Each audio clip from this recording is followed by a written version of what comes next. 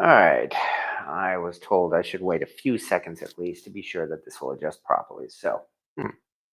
Hi there.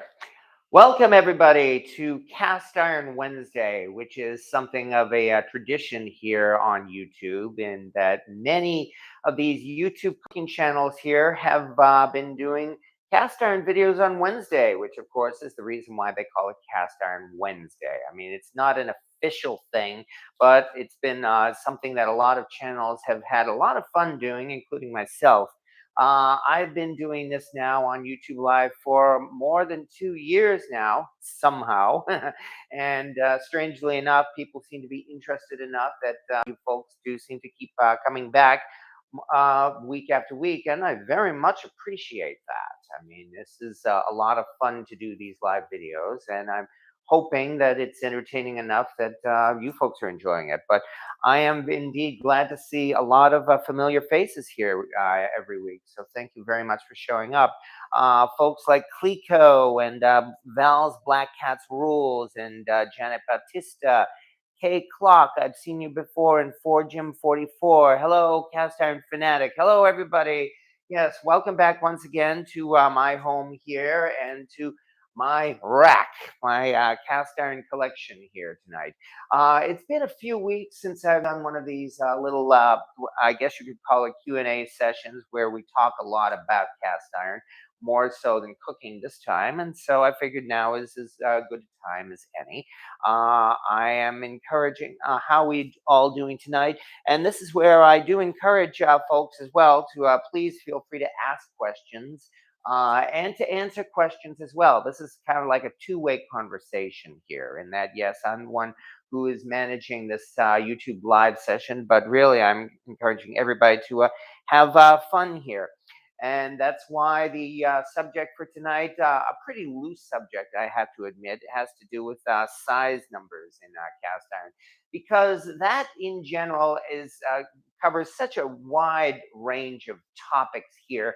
But it's a good way to get the conversation going, I think. In that, well, we're here not only, I mean, you can see and ask questions about my collection, but you can talk about your cast iron as well. And as I mentioned, cast iron size numbers. There is really so much to say about these things, about the pans here that we've all collected, both vintage and modern. I mean, I might start out, for instance, by showing off a Griswold slant logo number 3, for instance, starting at size number 3 and working my way up. Yeah, you can get a lot from this. I mean, not the least of which is, of course, that the Griswold logo is the one that people seem to go crazy for as far as cast iron is concerned. And there are a lot of good reasons for that, of course. You know, Griswold's reputation as one of the finest brands of cast iron cookware ever made is a well-deserved reputation. And there's a reason why people and collectors and antique vendors go crazy for Griswold. I mean, it is really, really good stuff. It has its a wonderful smooth surface on the inside, and it's generally light. Although I tend to prefer the thick cast iron myself, and this one, of course, is a slant logo Griswold, which comes from the early 20th century. So talking like maybe about 1905 or so to about 1915 or so. This was the one of the first generation of Griswold pans where they started putting their logo on it, and then they went, of course, to the more famous block logo. But again, the size of this being, of course, the number 3. And that's where we start, and we can work our way up here. Namely, of course, at number 3, they say this, first of all, of course, size numbers here is not exactly a measure of diameter of the actual size of a cast iron pan, but rather it's based on stoves. Namely, that this was meant to fit into a stove that had a number 3 sized stove eye. On and that's really where the size numbers come from. There are folks who have said, not just folks, but supposedly, I mean, even though this is about 6 to 6.5 inches in diameter, there There are people who say that the number three actually, no, that the size number is actually a more accurate description of the inside of a cast iron pan, or the bottom rather. Yet I don't think that exactly applies to the number three either. I mean, this is certainly wider than 3 inches on the bottom, but nonetheless, here. Oh, great, we've got a spammer already. Oh man. Okay, so I'm sorry. Let me take care of that. That goes goodbye. And let's see if I took care of all of that. Good. Oh, that was easier than I thought. We put user in timeout. My apologies for that. And that sure didn't waste time, did it? So okay, that takes care of the trolls. And hello again to everybody. Pawpaw Dan got my pizza out of a cast iron pan. And I've got a lot of wall real estate. Yeah, I know. I still have a lot of room yet to put cast iron here. I mean, I know there are a lot of people who have cast iron hanging on the walls, and I still have not yet put up any kind of racks like that to hang these pans here on the wall. And I suppose I should, just to be able to show off some of the pans in this collection, not the least of which are the Griswolds that I've managed to acquire. Although, even though I do have a number of Griswolds in my collection, Griswold does not seem to be the pan that I go to first when it comes to cooking. You've seen that in a lot of these videos, but I think that's just my preference. I mean, what can I say? That my favorite pans have tended to be BSR, Birmingham Stove and Range, which we've talked a lot about on this channel, and many other cast iron forums as well. So folks know very well about Birmingham Stove and Range, and quite a lot of you folks own BSR pans too, and that's a good thing too, because BSR is such a reliable brand here.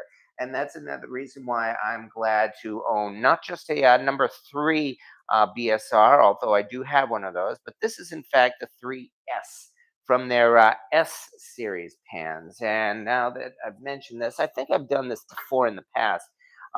Here, on the other hand, is a more typical Red Mountain size number three.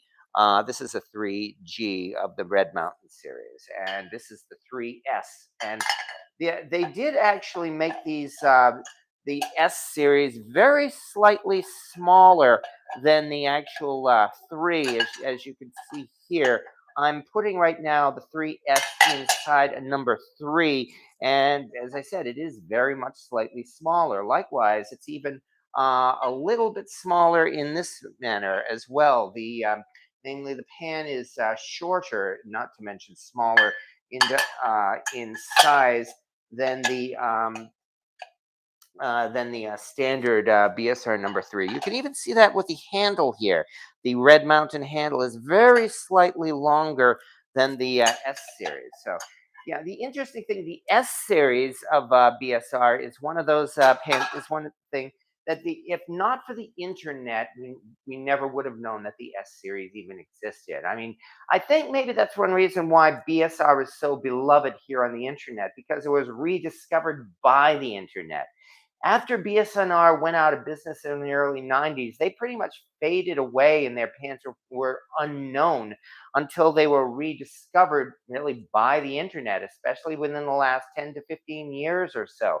And it was because of internet collectors and YouTube channels like this one. I'm not really going to claim a lot of credit, but I'm hoping I helped to contribute to it a little bit. But it's largely because of the internet that BSR has become so much well known, and internet, especially the Facebook group for BSR collectors. They discovered and identified the S series, the 3S, the 5S, and the 7S. And it's large because of that they even know about this S series. So now, as a result, eBay, of course, now considers BSR pants to be collectible. And if you go onto BSR, onto eBay, you'll see things like a rare S series skillet, which is now selling for $50 to $100 for this silly little number three size pan. And no, I would not recommend going out of your way and paying $100 for this tiny little pan like this. I mean, it's a nice pan, and I'm glad to own it. And I was lucky enough to score this thing at a vendor, in fact, at Brimfield for $5 because he didn't know what it was either. And while I would certainly say it's worth more than $5, I would not pay $100 or $50 for this little thing. I mean, not unless I was an obsessive collector, and I hope that's not the case. All right. Like I said, I'm hoping to make this something of a two-way conversation tonight. So I've got Turner Fowler here, says starting on the Smithy, and Simplify 1918. My favorite pan to use is a number 7 small logo Griswold. And I don't blame you at all about that either. I mean, after all, as I said, Griswold was such a fine brand to own here. Let me see if I can dig through my collection here. I pulled out some of my pans so that I wouldn't have to go digging through the rack. And while I don't seem to have a number 7 Griswold on me at this time, what I do have is a number 6 size small logo Griswold. Which again was a lucky find that I managed to come across. Most of my pans here, I'm proud to say I managed to get good deals on them. There are a couple of pans in my collection that I did actually pay exorbitant prices for, but not too many of them. This Griswold number 6, I think I paid, oh, I don't remember. Was this the one that I paid about $18 for at Brimfield? No, I think that was the number 4. I believe this is one of those ones that I paid maybe $5 for at a flea market because he didn't know what it was. He thought it was just a frying pan. So, and yeah, of course, we can mention, this is the small logo Griswold, which actually Griswold collectors consider this to be, well, less desirable than the large logo Griswolds. Although anybody who cooks with these will know that it is still a wonderful pan. It's wonderfully smooth on the inside. It's light, and it is really something of a dream to cook with. Oh, what are you doing now, Trouble? Hold on one second. Didn't this happen the last time I did this live video here? You okay, Trouble? Oh, your claw's stuck. There you go. Sorry about that. But yes, Mike M. I've had my number 6 Griswold small logo for over 20 years, and I use it all the time. You probably get more use out of yours than I do, in fact. And yeah, isn't that such a great pan, especially for those pans, those medium-sized pans make good breakfast pans, I find, especially for cooking things like eggs and bacon in. The larger pans, on the other hand, are probably better, I think, for making supper with, I guess you could say. And we've got Star 99. I love my grandma's number 8 small Griswold. Circa on the small logo. The small logo Griswolds were made from about the 1940s up until the 1950s. It was in the early to mid 1940s that Griswold transitioned from their large logo to the small logo pans. That was when, of course, Griswold was starting to get into financial trouble, and they talked about things like worker strikes and other problems that the company was having. And I believe one reason why they changed to the small logo was not so much a cost cutting measure, but because they were making changes to their production. And it got pretty complicated, of course. I mean, frankly, as far as companies to work for in those olden days, as even though Griswold is like again the finest quality cast iron probably ever made, I gather it was not the best company to work for. Lodge Cast Iron today, for instance, is a world-class company, and its employees are proud to be workers there. But in the old days, like say before and around World War II, cast iron manufacturers, again, all they did was they just made cheap disposable frying pans, and their working conditions were not the greatest. I mean that's simply a fact of history. BSR, when they first started, in fact, there are records that they actually used prison labor in their earliest days. They actually hired workers from prisons to get cheap labor. That, of course, is a long and difficult subject, and it's all stuff that happened in the past. So, I mean, while I'll certainly acknowledge that it happened, as I said, it's a really complicated subject, and I'm not interested, quite frankly, in letting politics and that kind of thing get in the way, in this case, of cooking in cast iron. That, I guess, would be a subject for another time. Hello, Corey Clark and Honey Badger. Foundry work is rough stuff. Oh, definitely, especially back in those days when everything was done by hand. I mean, of course, then in the 1960s, the surviving manufacturers like Lodge and DSR and Wagner, they went into automated production, which made things a lot easier, of course.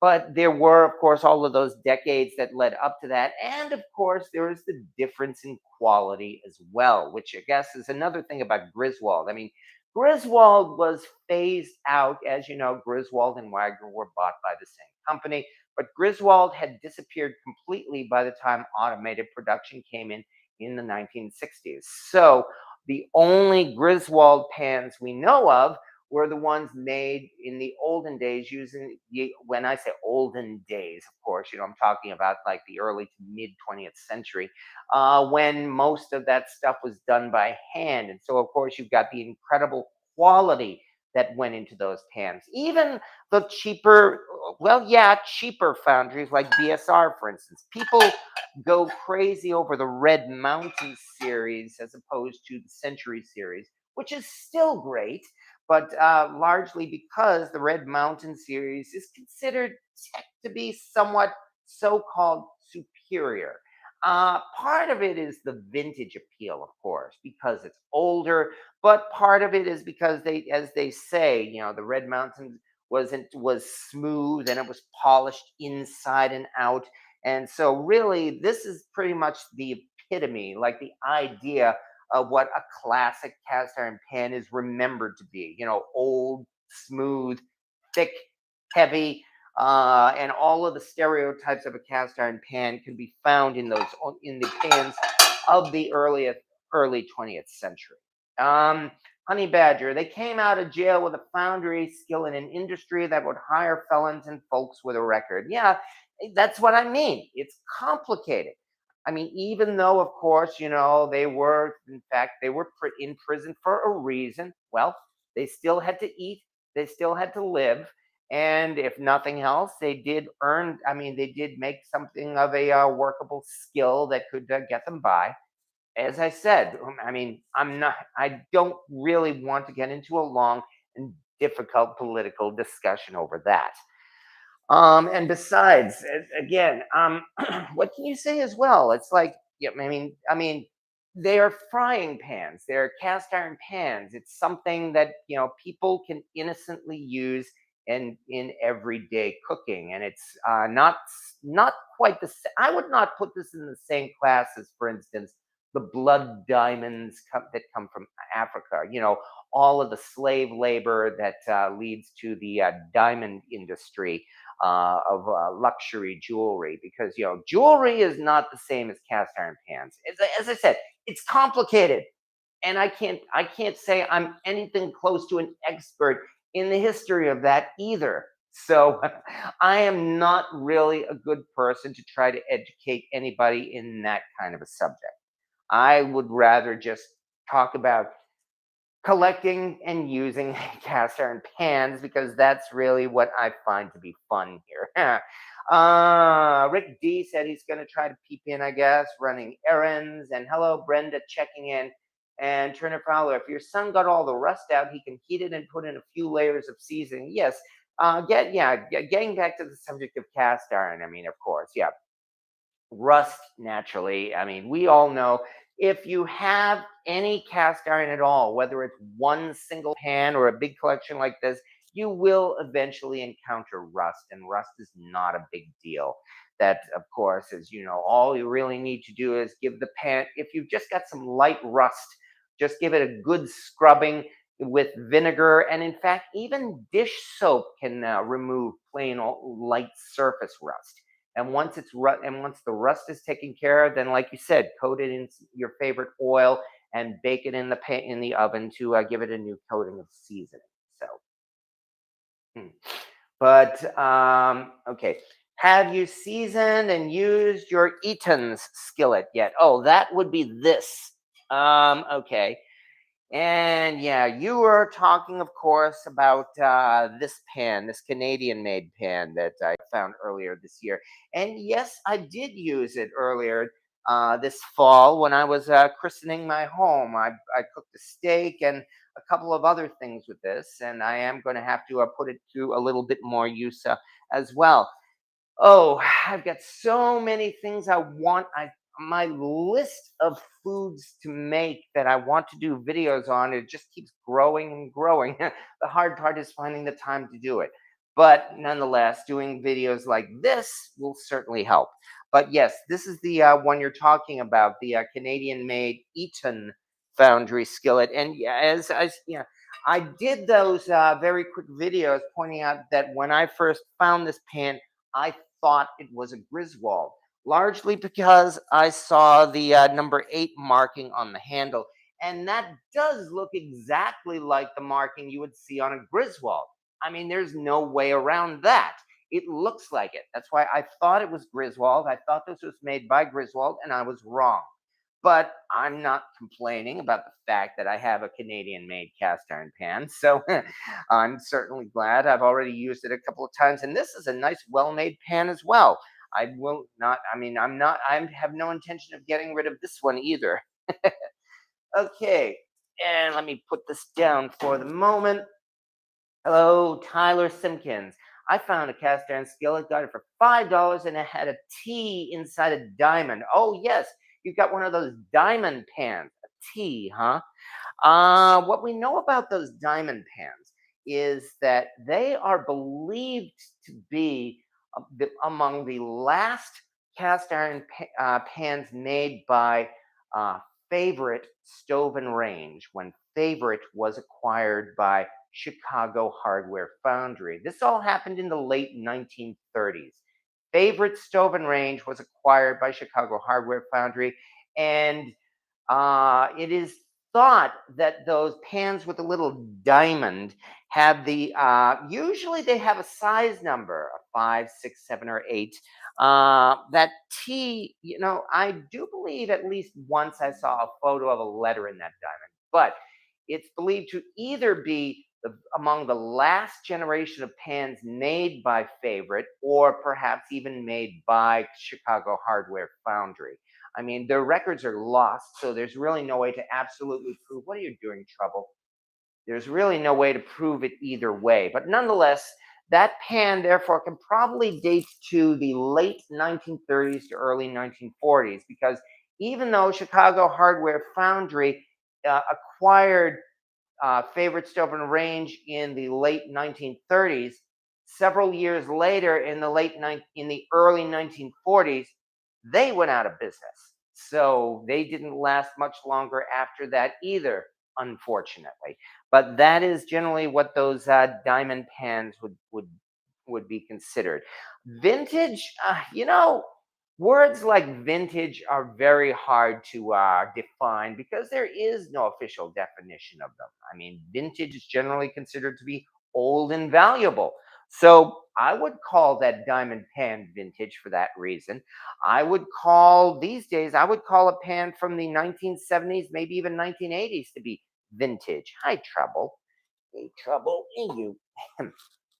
Um, so yeah, I mean, vintage, I guess, is a very appealing word, and of course, that's why sellers on eBay like to use the term vintage because they want to think it's something that you would like. And names like that are really hard to define. But I would call just about anything vintage if just because it's old. It doesn't have a heat ring. It says 8. I have a favorite 12-inch someone gave me. Wow. A favorite 12-inch. So that would be like a number 10 size favorite, I believe. Because in general, the number 10 size pans were thought to be, no, we're generally in the 12-inch range. What would it be worth? Okay, I am very bad at putting prices on antique cast iron. I am not a seller, and I am very poor at putting some kind of a price on it. My best advice for something like this would be find it on eBay, and I would consider a fair price to be about one third to one half at most of the eBay price. eBay is expensive. eBay is usually overpriced. I almost never buy from eBay, even though I've got pans that are a good score from eBay, yes, but generally I find eBay to be far, far overpriced. So if you find that pan on eBay, you can use that as a guide. And I personally would own, because I'm a cheapskate, I would pay maybe one third to one half of what you would find it for on eBay, depending on the situation, of course. Seth Afumado. Love my favorite pans. The last one I sold was a number 9 for $125. Yes, and that's exactly what I mean. I've done videos where I go to places like Brimfield and other places, and I whined again and again about how the cast iron sold by those sellers is overpriced.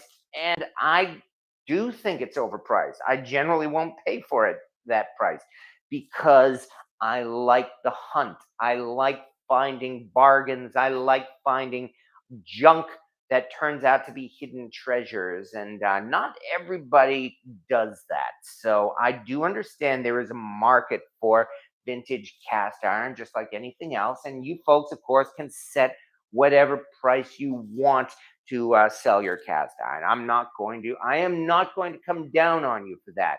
It's my opinion that most of the cast iron seen at antique malls and the like is overpriced. But I mean, you could sell it for whatever you'd like. Etsy is just as bad as eBay or worse. Yes, exactly. So said the skillet doctor. And Simplify 1918. I have a number 10 large logo Griswold cover. Needs cleaning, but is definitely a nice piece. Oh, I see what you mean. I see what you did there. Ugh. Ugh. You're talking about this. Yes, this is in fact a number 10 large logo Griswold with a lid. And this, in fact, was one of my life lessons. This is something that taught me that eBay is overpriced because my story behind this was that in my early days of collecting cast iron, we're talking like, oh, good grief, 10 to 11 years ago now, when I was new and I had a very small collection. And of course, I wanted everything. It's cast iron. I want it. I want it. I want it.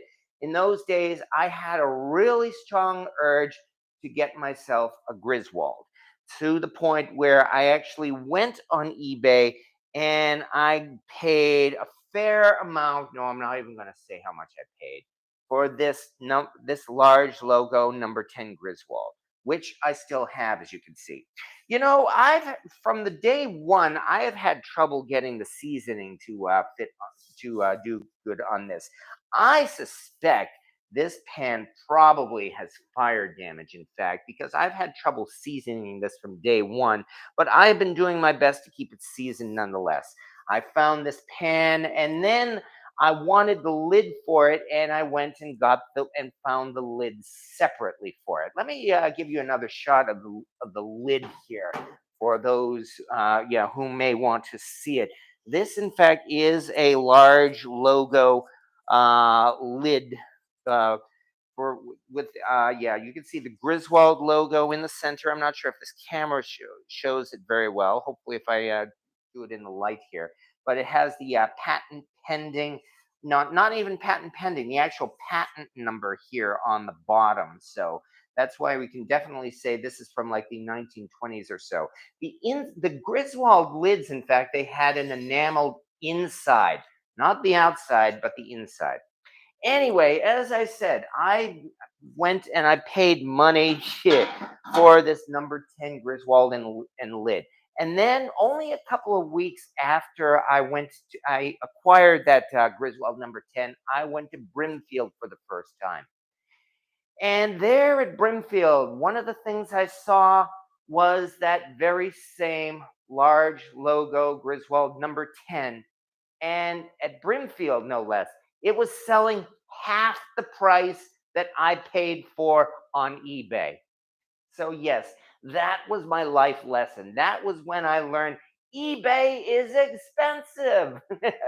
And yeah, so yeah, but what can I say? I had it. It's not like I was going to get rid of that pan now because how often can you find a Griswold number 10? So I am the owner of a Griswold 10 and the lid, and that's my story behind it. That's my story, and I'll stand by it. Old fashioned coffee pot. I was thinking of pulling the trigger on an Amazon Basic 7-quart Dutch oven, my first Dutch oven. Does anyone have any experience with this Dutch oven? Well, I would say that you will probably like it. There is you will do good with just about any cast iron pan that you use, that you acquire and use. Whether it's a vintage, whether it's a modern day, whether it's Asian made.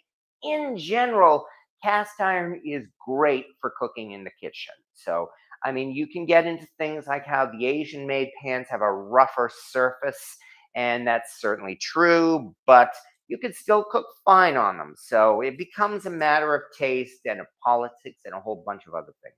Also, consider Lodge is the only major American cast iron manufacturer and has been for, well, ever since BSR went out of business in the 1990s. So we're talking like almost 30 years now. So if it's not lodged, then that means it will definitely be Asian made. So if you don't mind that, then you can certainly get the Amazon Basics Dutch oven, and I have little doubt that you will enjoy it. So that I can only say that's some advice, and you can do with that as you will. Cast Iron Fanatic. Did the majority of the foundries have similar measurements for skillets? 3, 4, 5? Well, the answer to that is similar. In fact, because Wagner and Griswold were so popular, they were something of the benchmark. In that you could say that if you had, let me look at this. Let's dig this out here. What do we have here but a number 4 Wagner, in fact. And this one has the heat ring on it, so it's an older Wagner. I would guess this would be 1920s to 1930s, maybe even the teens, but more like 1920s, I think. But anyway, this is in fact a number 4.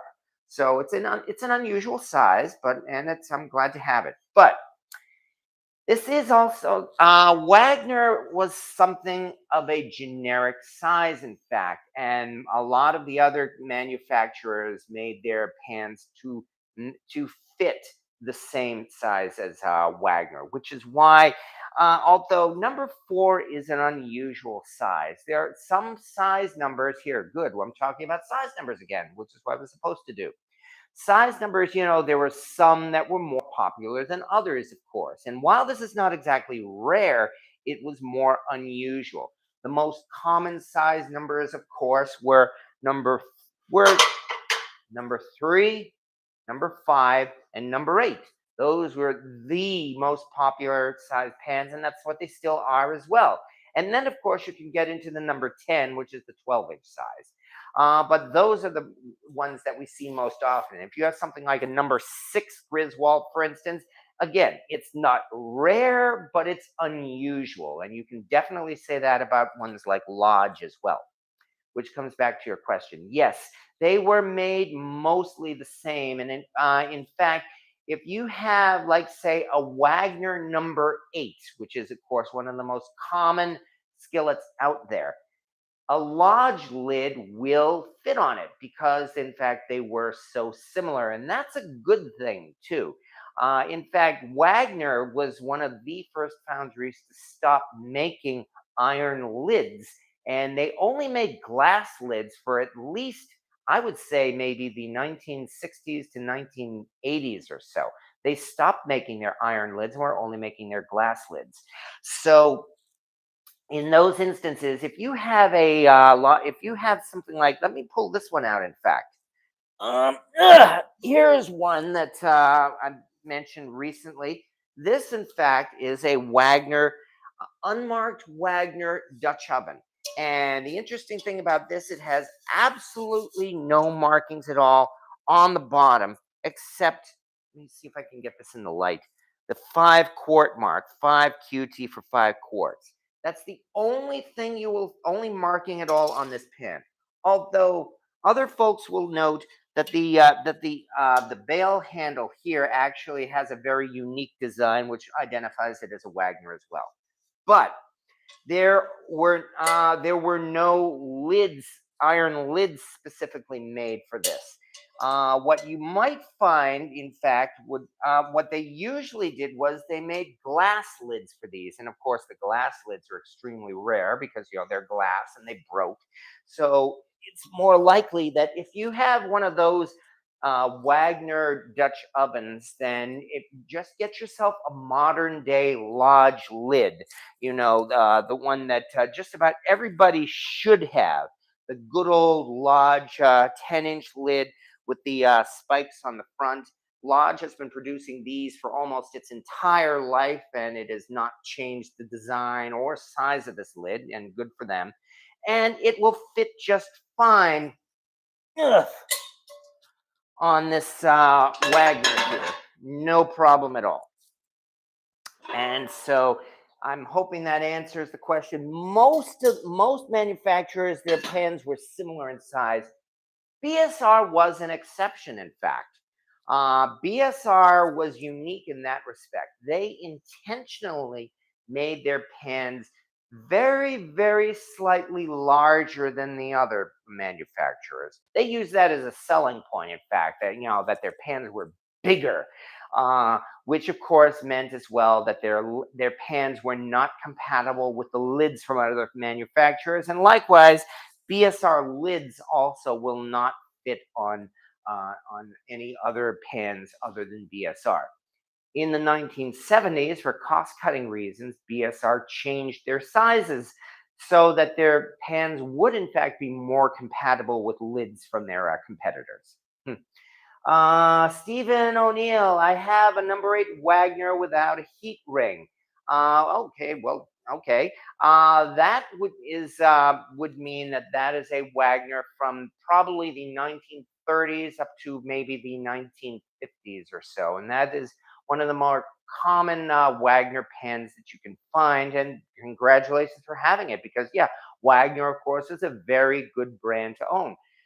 One thing I've found about Wagner in particular is that quite a few of them seem to be spinners. They seem to warp almost more often than other brands, I think. So if you've got a nice Wagner that sits flat, then you really have got yourself a good score there. And Turner Fowler, my number 12 field skillet, I named her Big Mama, and my number 14 Lodge, Big Daddy. Oh, congratulations on that then, on having both of them. If you have a 14 Lodge, then you have, well, vintage. Lodge stopped doing those size numbers finally on their skillets, only within I think maybe the 1990s or so. Yeah, they were making their pans with these size numbers right up until recently, even though those stove eyes have been long since phased out. Randy Duffy, what's with the Lodge with the hearts on the bottom? Are they uncommon? Well, yes, they are in some respects. The hearts, that is another thing that was discovered especially by the internet. You see, Lodge, and I believe other companies, but especially Lodge, they for a long time, several decades of their existence, they had they put those marks on the bottom of the pan as markers to identify. I believe they were considered to be shift markers, namely second shift or even third shift workers. They marked those pans with those little marks to know that they were made during that particular time. It has to do really with meeting their production quotas more than anything else. I understand with some companies, and I'm not sure if this was Lodge as well, that there were makers marks that actually identified the individual workers and persons who made those pans. Lodge can't even answer that either, because because a lot of their records were lost in fires. Lodge was well known for having at least 2 major fires at their factory, including one in the 1970s, that unfortunately destroyed a lot of their older records.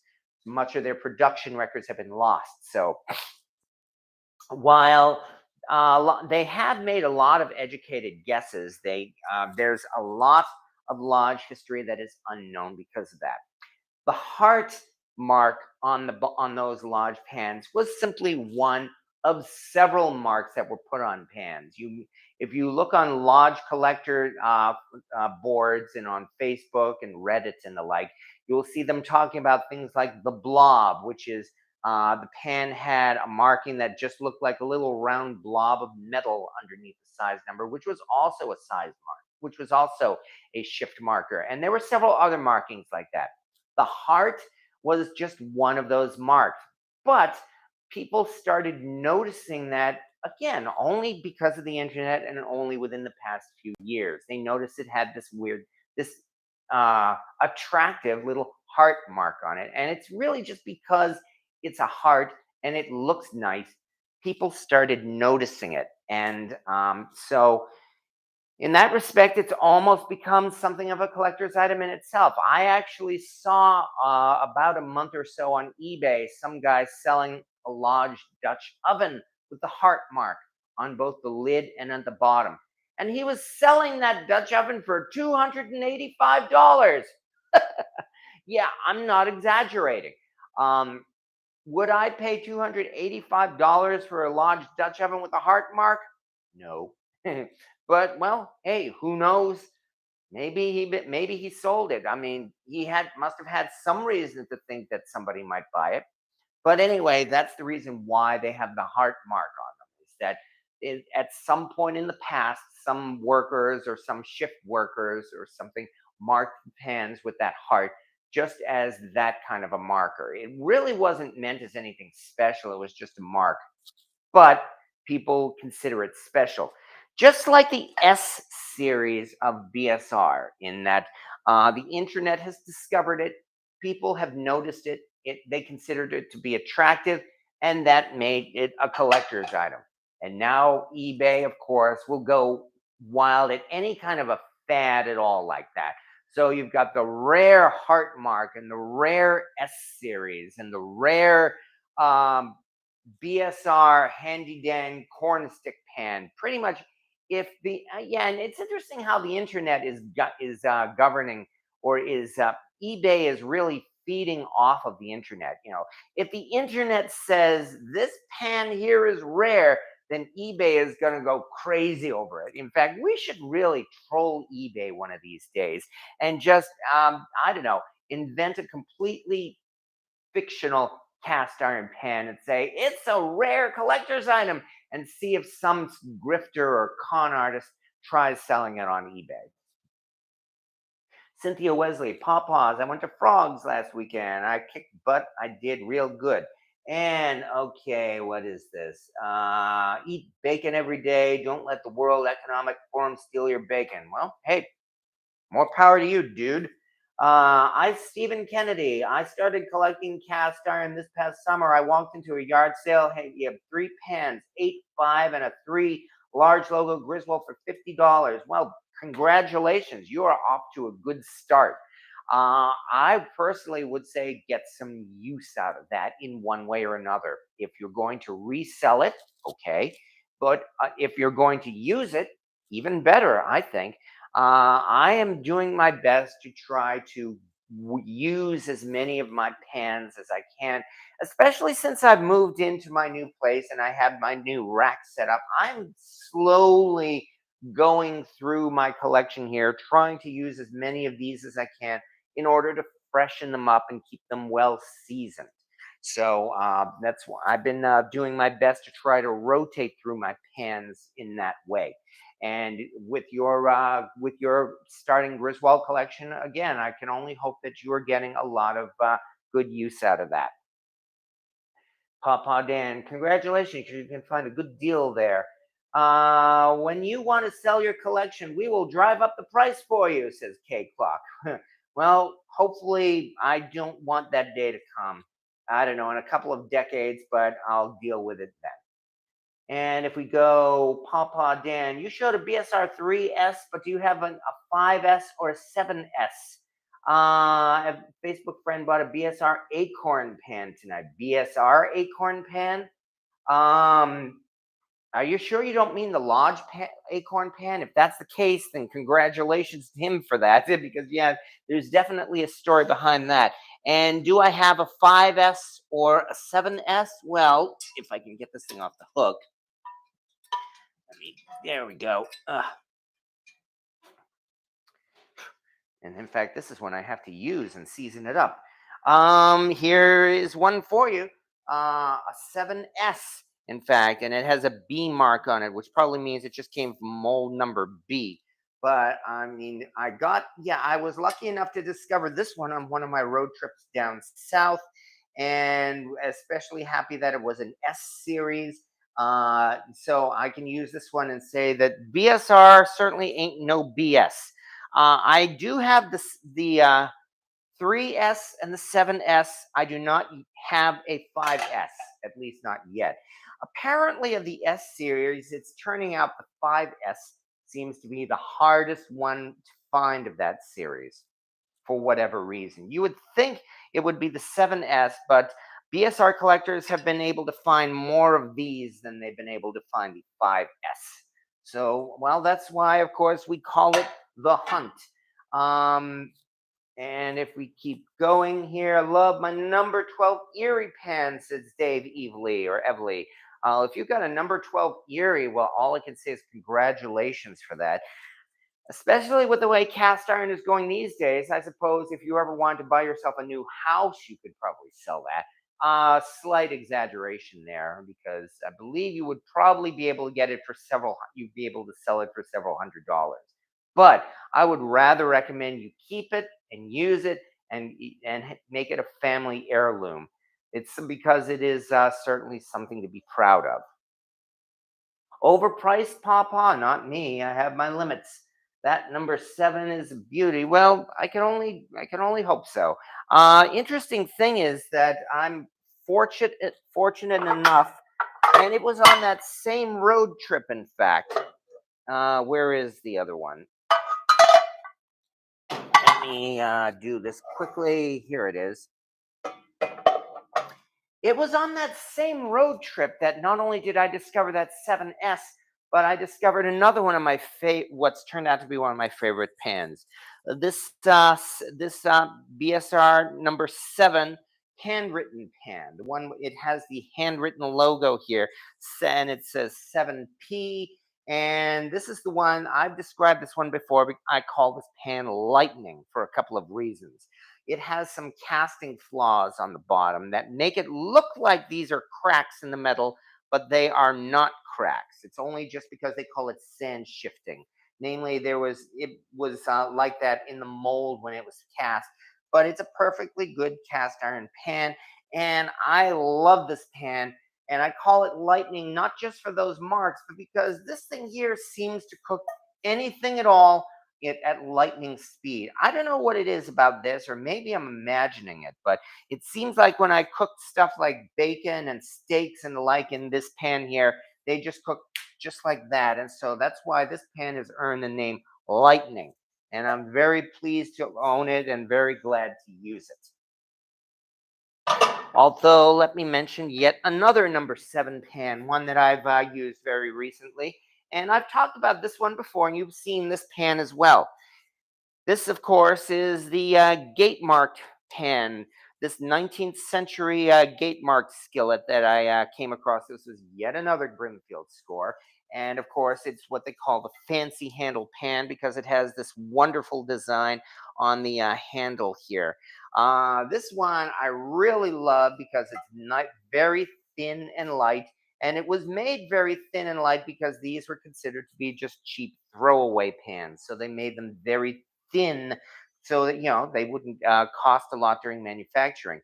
When I discovered this pan, in fact, it was cracked, and that was the story I had there. When I discovered both this and my number 9 size fancy handle pan, which had 2 cracks on it.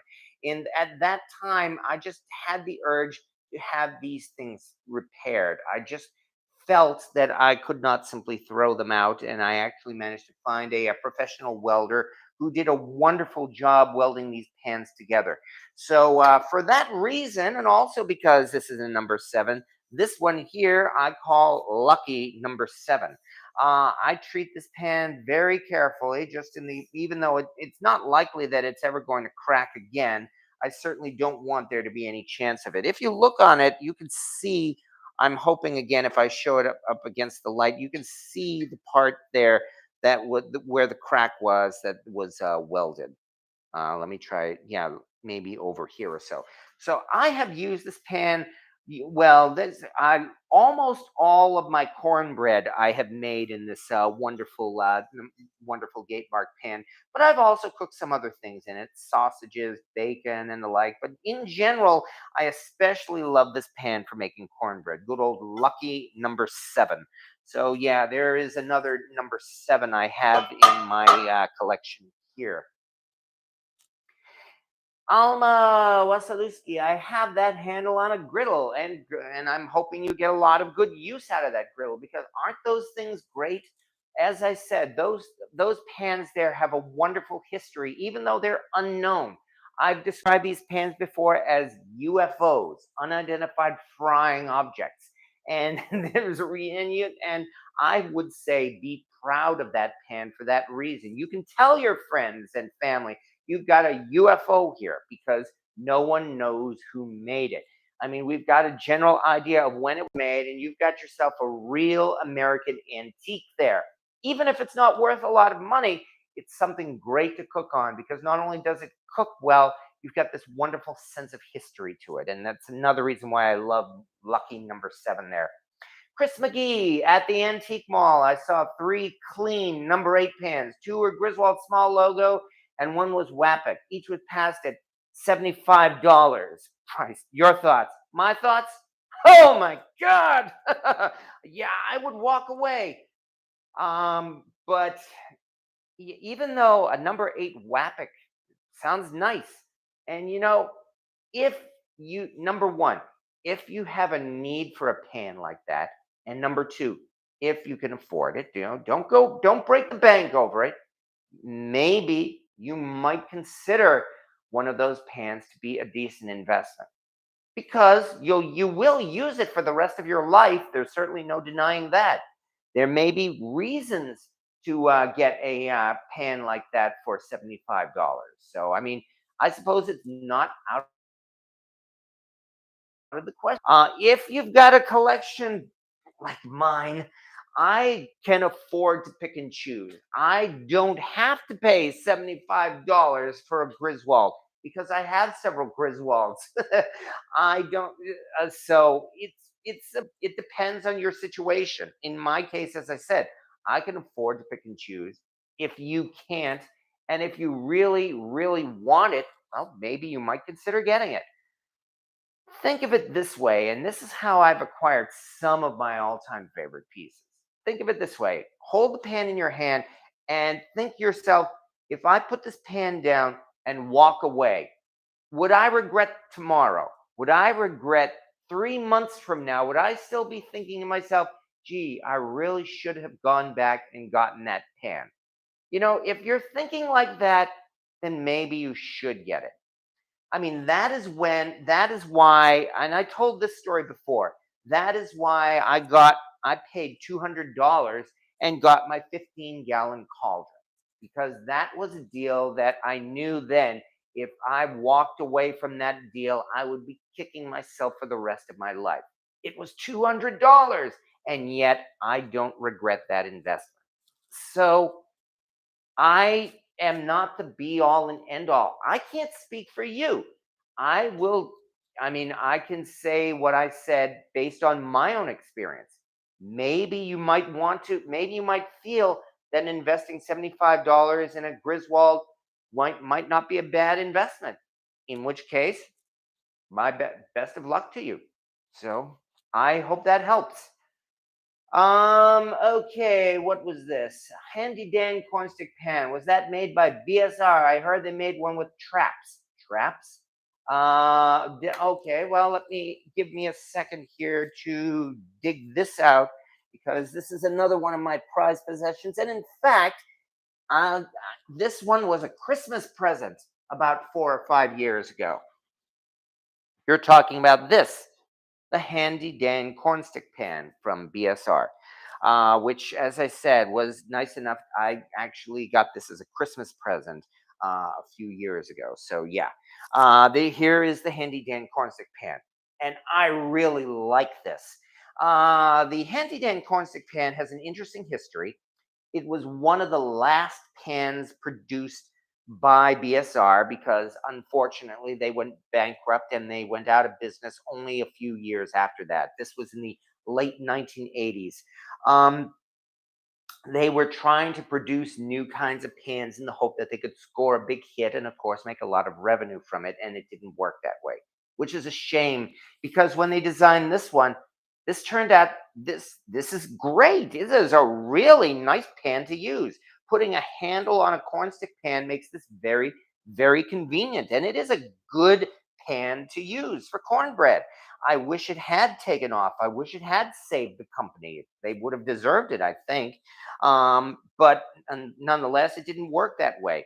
And so, because of that, the Handy Dan cornstick pan has become something of a collector's item now. Yeah, again, look on eBay and you'll see it. Rare BSR Handy Dan cornstick pan. My guess is you probably won't see one of these on eBay for less than $100 these days. Is it worth $100? Uh, Probably not. I would not pay $100 for this. As I said, I was lucky enough to get this as a Christmas present. So, but if you have it, and again, it's a great pan for using.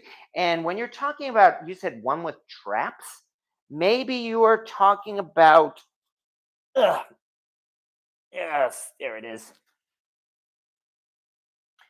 Perhaps you're talking about this pan, what they call the fish pan. This was an unusual pan, and recently, within the last few years, Lodge persons at Lodge say that they actually made this. In fact, there was an employee at Lodge, who said, "Yeah, we have the pattern for this in our vault." So Lodge is claiming that yes, they did make it. This weird thing was made for Eddie Bauer, the clothing company. Is Eddie Bauer still in business? I think they are. In the 1980s, they had their own line of clothing stores where they also sold weird housewares. The type of stuff that you might find in, say, TJ Maxx's housewares section, for instance. And among the things they had was this weird cast iron pan with a fish design on it. I managed to get this. This is kind of like, because a certain member of the cast iron community was actually selling off his gigantic collection. I was given the opportunity to buy something from that collection, and I decided to get this just because it was unique. So, so yeah, I end up having it. I'm not sure if that's what you mean by traps, but nonetheless, there it is. So, and the design of that was actually, maybe I shouldn't have put it down yet. Let me bring this out one more time because ugh, the design of this was very similar to the Handy Dan pan. There's certainly no denying that. At first, I thought that it was made by BSR because of the similarity, although apparently Lodge has since said that they have, again, Lodge now claims that they made it, but the Handy Dan pan definitely was done by BSR.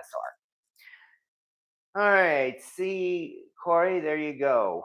Okay, I love that cornbread pan wish list. Yeah, and best of luck as well. So, done the regretting. Luckily, it was still here.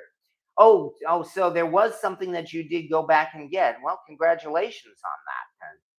I love the mystery of waking the dead. Hmm. Okay, going by Alma Wasilewski. 40 years ago, I spent $65 on a slanted Dutch oven and was never ever sorry. Slanted DO, a slanted Dutch oven. Are you? Okay, could you describe that? Are you referring to a Griswold slant logo Dutch oven? If so, congratulations. Are you referring to a gate mark Dutch oven? If so, congratulations. But the point is just that if you've gotten use out of it and if you feel then it was a good investment, then definitely congratulations. That's probably the best thing that can be said about that. Probably better than anything else as well. So, oh, it was a Griswold. So you got yourself a Griswold slant logo Dutch oven. Well, definitely congratulations. Use it with pride. Be careful, of course. Don't do anything that might damage it. But yeah, you've got yourself a real heirloom there, and it is something to be proud of. Use it often, use it on special occasions, use it whenever you feel like it. But just again, congratulations. All right, Dave Evely or Evely. I don't like modern lodge pans, but the fish pan is nice. Oh, you're talking about the big fish pan, the big fish fryer pan, yes, which I have over here. I'm not sure if I'm going to dig that one out yet, but I could turn this camera around a little bit. The fish pan, I have it over here. Is it out? No, you can see it. Okay, good. Yeah, this is a really nice piece of cast iron, no question about that. And boy, is that thing heavy too. However, that thing is a wonderful fryer. There's no question about that. I've made large amounts of fried chicken in that. So it's one of those. I mean, this I guess is where I get into what I've said before. If you've got yourself a nice big cast iron pan, I'm sure you'll find you're probably getting a lot more use out of it than you thought. My recommendation to pretty much anybody, if you're into cooking at all, if you have the chance to acquire at least one really big cast iron pan, do it. You will get a lot of use out of it. Having at least one big cast iron pan is wonderful. You all the things you can use with it. I mean, I've shown you Stumpy. In fact, I think maybe it's time to bring him out. Ugh. Let me bring this out carefully. Because I don't. There we go. If you want to get yourself, if you have the chance to get at least one big cast iron pan, then do so. Because here is one of my favorite cast iron buddies. You know this guy. Here is good old Stumpy. And yes, he made a turkey on my birthday, for instance. But there are so many things you can do with a big cast iron pan. I mean, after all, we're in the holidays. This is the world's best turkey roasting pan. This is the world's best pizza pan. If you've got relatives, if you've got grandkids, for instance, in the morning you can put this thing on the stove and make a whole bunch of pancakes and eggs and bacon all at the same time. And of course you could even take it camping, and there you go, you've got a great put this guy over a fire, and because it's even better than a griddle. I mean, after all, there's a lot less chance of spilling grease or eggs or who knows what. And of course, good old Stumpy here also happens to be as old as I am. He was made probably in the 1960s to 1970s. So I am very pleased to own old Stumpy here, and I very much recommend that if you have a chance to get at least one big cast iron pan, I would say do it, because you'll be known as the guy who has a big cast iron pan. Yes, that's kind of a geeky thing to do, but hey, yeah, it means you'll get a lot of use out of it. Besides all that pizza and other things and turkeys, you'll be able to use that pan at family gatherings, church gatherings, or what have you. Just whip out that big cast iron pan, and as I said, you will get a lot of use out of it, and it'll be a lot of fun to do. Hmm. Turner Fowler, I am surprised at how much use I get out of my number 12 field and number 14 lodge. Yes, exactly. That's exactly what I'm referring to. Because not only do you just have a frying pan there, you pretty much have a whole kitchen in that one cast iron pan. Randy Duffy, I have a modern day Lodge number 10. I use it every day, and I've got two great skillets. And that kind of is what I said in the title of this video. Size matters. Because different size cast iron pans, there are different uses for them. I mean, people ask, for instance, with these number 3 size pans, or even if you go smaller to, like, say, the ashtray skillets, for instance. It's like people say, what can I do with these little things?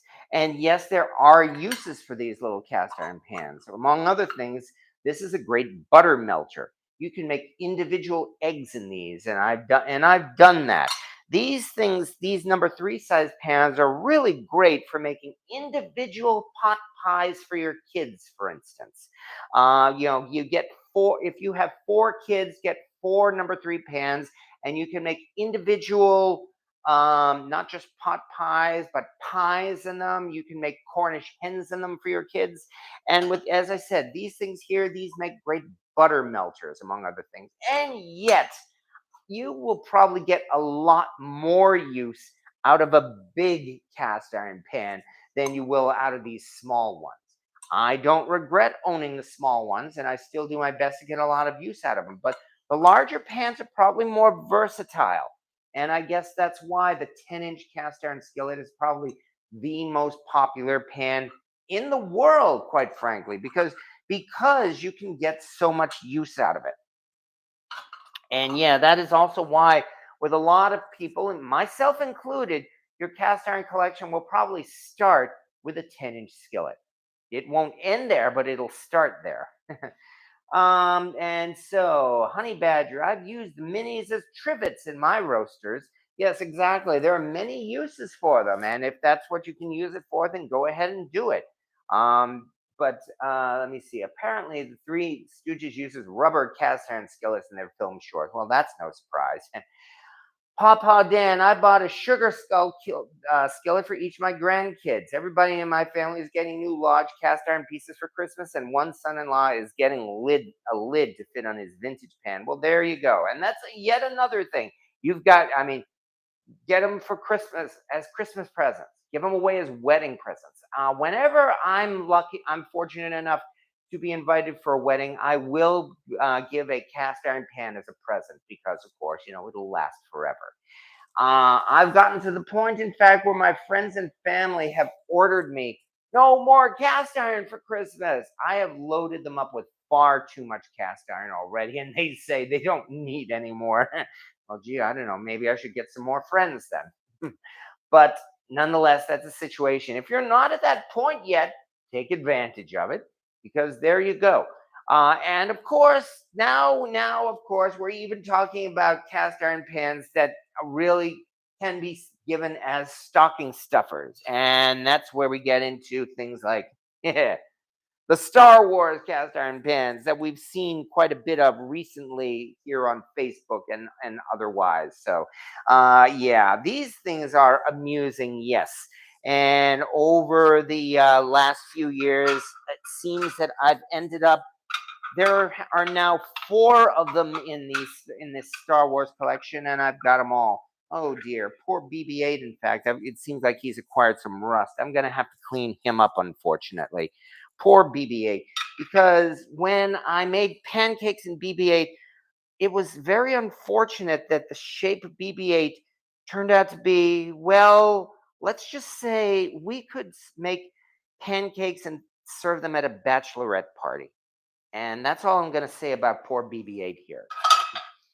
And then, of course, within the last couple of years, here is the Mandalorian skillet with a little baby Yoda, or Grogu, I believe he's called. So, and now just this year, they came out with Boba Fett because of that new series, the Book of Boba Fett.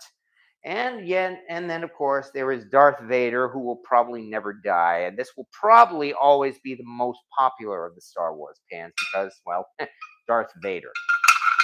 But there you go. If you want presents to give your kids, here you go. You've got the Star Wars pans. And yet, of course, the thing about the Star Wars pans, clang, clang, clang. Sorry, let me put these down. The thing about those Star Wars pans, they come with this terrible cookie mix. Although the last couple of years, they've come with a pancake mix that's not bad. I made the pancake mix, and I've got a review video of it, and it's not bad. It makes pretty good pancakes.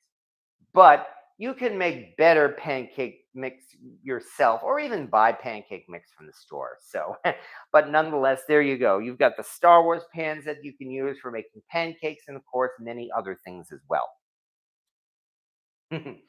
So, um, BB-8 is suggestive. Yeah, unfortunately, I'm sorry to say. Okay, I hope I don't get banned from YouTube again if I bring out BB-8 again and suggest, like it or not, that regrettably his shape does remind you of, well, something else. Yeah, I'm not going to get into any more detail about that. Thank you very much. Okay. Yeah, I've got a dirty mind. Okay, Jerry, 1952. I saw yesterday that Lodge has come out with a 10.5 and a 12-inch Yellowstone pan as well.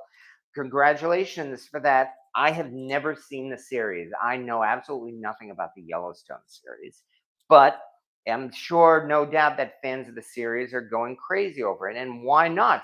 After all, it's a cast iron pan, and it is indeed going to last forever, and it's got a nice design on it. So that's again yet another thing you can get as a Christmas present. I know nothing about the Yellowstone series. Sorry. And info on Holcroft pans. I know nothing about Holcroft pans. I'm gonna have to find out about them, I guess. I know nothing.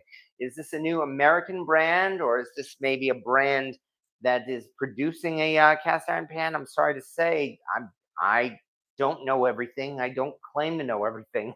Regrettably, that's one thing that I'm not familiar with. Cynthia, section of frogs. What is yellow? Yeah, Yellowstone is a recent TV series. From what I gather, it's not. It's something not too dissimilar to Duck Dynasty, I think, because they made Duck Dynasty cast iron pans as well. So, but I know very nothing. I know nothing about that. Oh, British vintage. Okay. Oh, that's interesting. I still know nothing about them. But I did several years ago. I came across an enameled British-made cast iron pan. I believe no, it was an elongated Dutch oven, and it was made by Lauffer, Lauffer. I ended up sending that as a Christmas present, in fact. So, Captain Crunch pancakes are great. Okay, what else are we saying here? I left a couple of Pawpaw Dan. I left a couple of gate mark pieces and other vintage pieces because they were just a little too high. I have limits too, and yeah, that's the point. I guess I was trying to say in the treasure hunt. Yeah, hunting for vintage cast iron. On one hand, of course, it seems like there are some things you almost never see, and some things you will always see, like overpriced Griswold for one. Shit, every vendor these days will have at least one Griswold pan, and they'll always be selling it ridiculously overpriced, overpriced labels on it. On the other hand, there will be that rare piece that you may never ever see again for the rest of your life. And then that comes again to the question is of the question of, do I really want to spend this money and get this pan? And I gave my advice on that. It's really more depending on the situation. Old fashioned coffee pot. Do you have any ghost marked skillets you can show us? Yes, I do. Not the old Erie, but where is it? Oh, yes, there it is. Oh boy. Oh, excuse me. Gonna groan here because this means, ow, damn it, means I'm gonna have to dig out a big. Oh, shit, son of a. Gotta be careful, damn it. Don't want to break these things. But here's an interesting piece because this, in fact, was the Lodge fish fryer. Um, and in fact, I should probably get the lid for this as well. That was, ugh. the Lodge fish fryer, the one that they made just after BSR went out of business, and they acquired the patterns for BSR, especially their Sportsman series, their Sportsman fish fryer here, and that's when they made this with wonderful fryer with their wildlife series lid, and it has this grill design on the bottom as well, and that's the lid. But the interesting thing about this, ugh, what I found out was their fish fryer, because the fish fryer does in fact have a ghost mark on it. I hope this shows up well enough in the light, and it looks like I'm gonna have to refresh the bottom of this. In fact, if we look carefully, if I can do this right, on one hand at the bottom it does say made in USA. Yet, if you look very carefully, there is a ghost mark that shows it was, in fact, the BSR model 3060 pan. I'm not sure if this is even showing up in this light, but I hope it is. Yeah, yeah, there it is. Immediately right over the letters USA. In fact, it's touching the letters USA. You may be able to see the ghost mark on it. That is the only pan I have, unfortunately, that has a ghost mark. But I know you were talking about things like the eerie ghost mark pans that probably were made most often by Wapic. Yeah, again, we're talking like the early 20th century. It is true that Wapic and probably a couple of other manufacturers, they actually took cast off and used patterns from Griswold and use them to manufacture their own cast iron pans. And because of that, they actually did have a ghost mark, a very faint mark on the bottom that still said Erie on them. The Big John. If I sent you a stainless steel pan, would you use it? Maybe a comparison video for fun? Well, I might make a comparison video, because I will do my best to be polite and honest. I've rarely, if ever, used stainless steel, so it might be an interesting thing to do a comparison video, I suppose. I love they're from a neighboring town city, but anyway, that's an interesting offer. I may have to consider it. Okay, let's see all their shows. The Dead Has Risen, Ricky D. Wow, are we really getting into that time already? It's been an hour and 17 minutes. Huh, not bad. But I guess we're not done yet, because uh that wasn't your cast iron hitting the floor you heard. It was my jaw. Beautiful fish fryer. Well, thank you very much. And yeah, I've got a story behind that fish fryer too, because that was in fact one that I scored on eBay. Interestingly enough, the seller of that fish fryer in the lid, he was trying to pass it off as a Griswold. And I sent the seller a message to explain to him that no, in fact, that was not a Griswold, that was made by Lodge. And because of that, he accepted the offer that I made on that pan and lid. And as a result, I managed to score it, and that's there in my collection now. I've got that Lodge fish fryer, which, as a companion piece, as you know, earlier this year, at the beginning of this year, was it last year? No, it was this year. I managed to score that BS&R Red Mountain deep fryer to go with it. So as far as deep fryers go, I'm pretty much set between that and the Lodge fish fryer pan. So, not to mention the other Dutch ovens in my collection. And I haven't even gone into those Dutch ovens. That's going to have to be the next subject, I think, for a video of this kind, where I try talking about cast iron, because I've got Dutch ovens, and I should probably really dedicate one episode to those, maybe in a couple of weeks or so. But the difference between fish fryers and sad iron heaters. Well, the difference, let's show you. Since I'm fortunate enough to have them, here is this is also another one of my favorite kitchen pans. This is the BSR Red Mountain Series fish fryer. I love this thing. It is so versatile. It's so useful. It is essentially a 2-burner skillet. I mean, it's wide enough to fit over two burners on the stove, and it's deep enough. It's as deep as a cast iron skillet. It's got the handle that identifies it as a sportsman. And because there's so much room in this is a great piece to have. Really, it's like, I mean, as I said, I use this thing a lot because it is a wonderful, very long, elongated skillet. It's wonderful, and I'm so glad to have this. But here is the fish fryer, nice and deep, and it's got flat sides here, and it's elongated. Whereas on the other hand, let's get this one out. Yeah, here it is. Here is a sad iron heater, a gate marked sad iron heater. This one is one that I acquired because I wanted to use it as a lid for the BSR fish fryer. This, on the other hand, would still make a great griddle. About a couple of years ago, in fact, I scored one of these fish fryers, sad iron heaters, and I gave it to my friends, and they use it as a griddle. The difference is only really in the very slightly different shape. I mean, you can see it's got this very wide rim on the outside as opposed to the other pans. But otherwise, this would make a fine griddle, and there should be no problem at all with using this on your stovetop. Just that, as a two-burner griddle.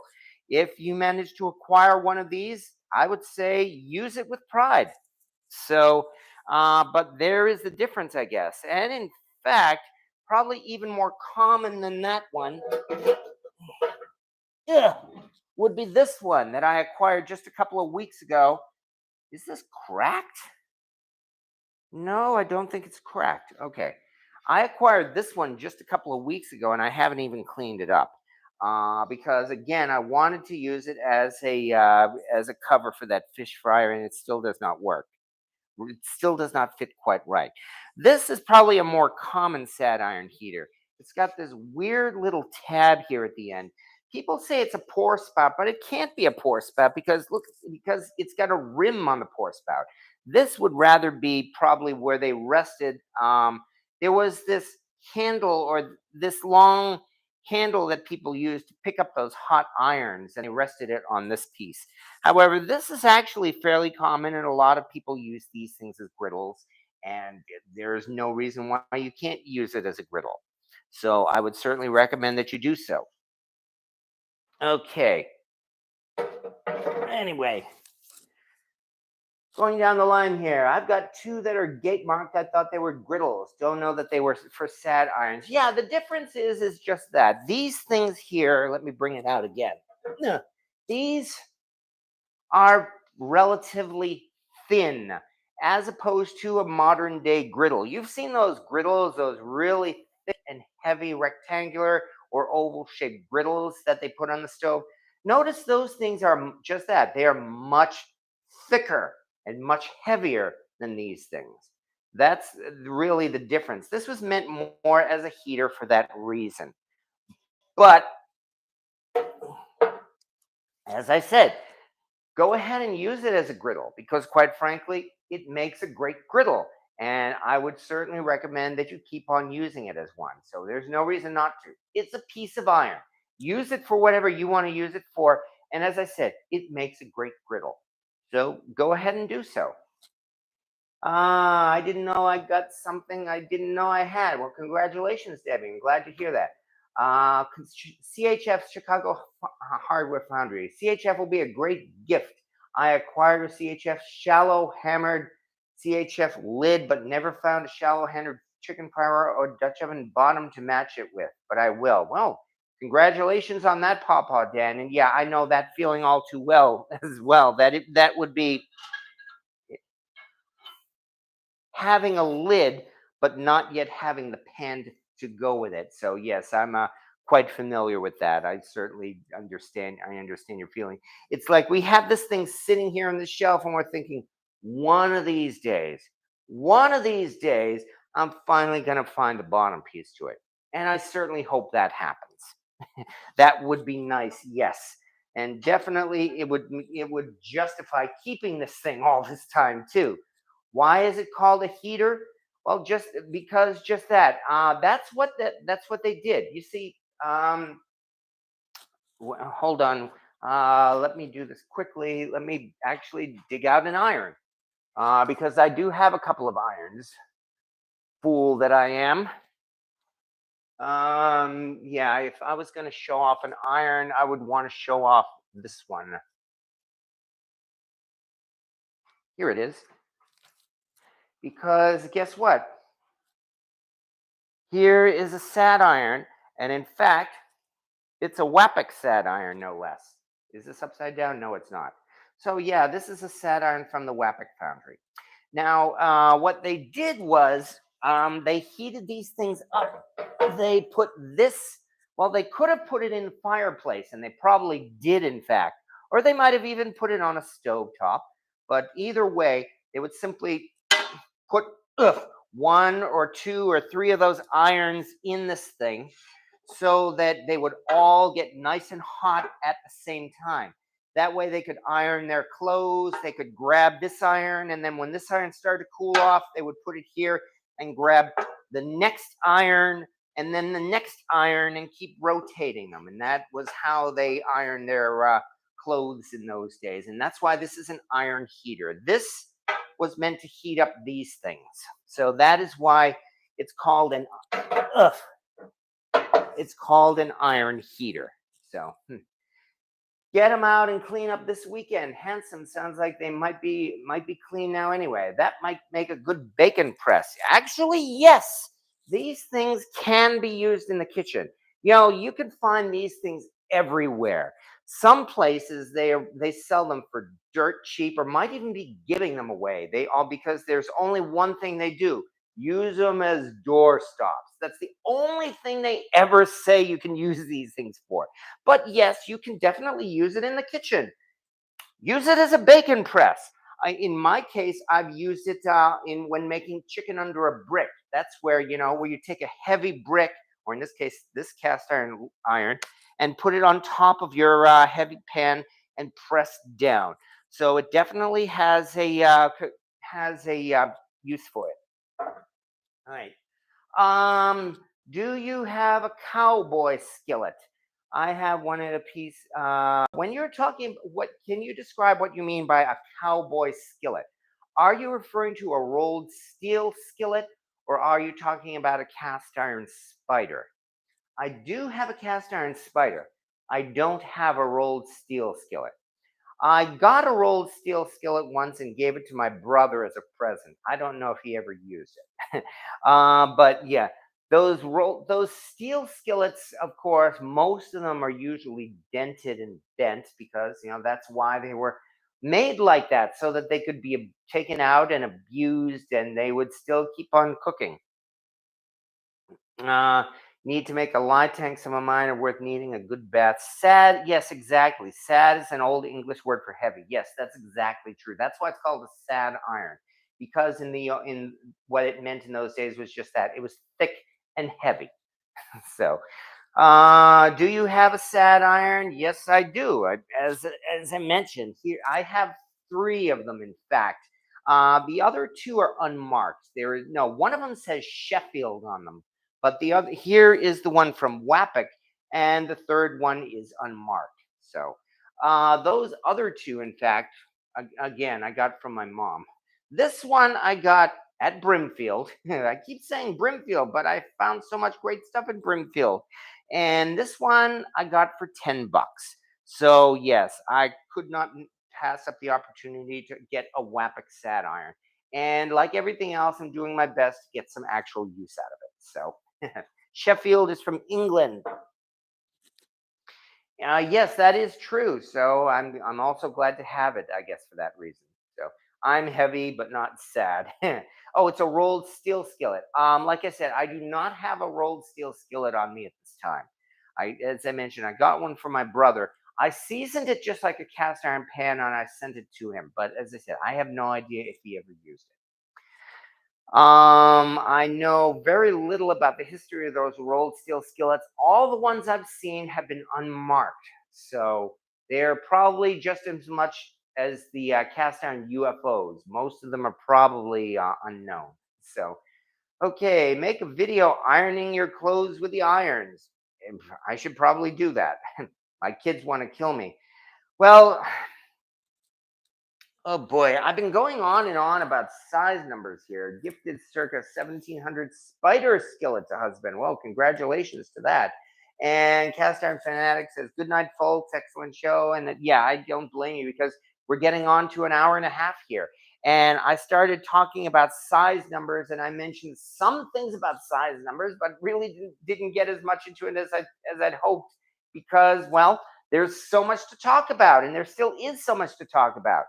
And actually, I think I'm probably going to have to say to be continued for that time. I think the next one, probably after Christmas, more likely, I'll do the next one of these. And I think I'll try to make it especially about Dutch ovens because we've got so much to talk about. There are so many things to talk about with cast iron Dutch ovens, both for inside and outside cooking.